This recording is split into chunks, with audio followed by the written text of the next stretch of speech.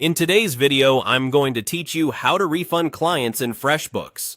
By the end, you'll know how to reverse a recorded payment on an invoice and clearly document why, so your books stay accurate and your client is informed.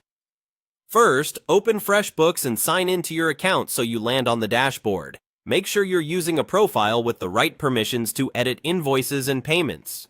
It's a good idea to confirm the client, the amount, and the original payment details before you proceed, especially if you manage multiple projects or similar invoices.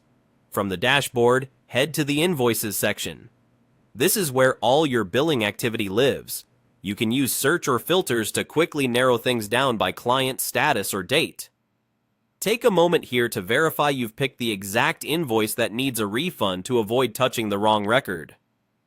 Open the invoice you want to adjust. Review the line items and totals to be sure everything matches what the client was charged.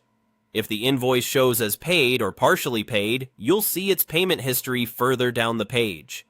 Scroll to the payment area on the invoice. This section lists any payments that have been applied, including the date, amount, and method. You're going to reverse that payment inside FreshBooks so the invoice reflects that funds are no longer considered collected. Edit the payment entry and change the payment amount to 0.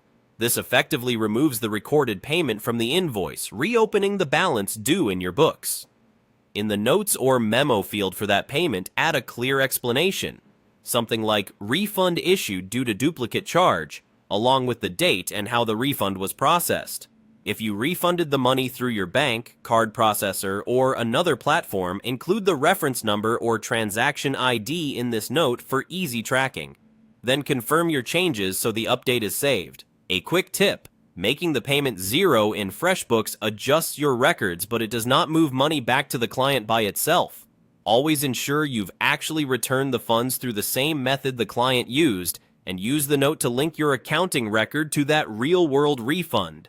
Once saved, the invoice will show an outstanding balance again, and your reports will reflect the reversal.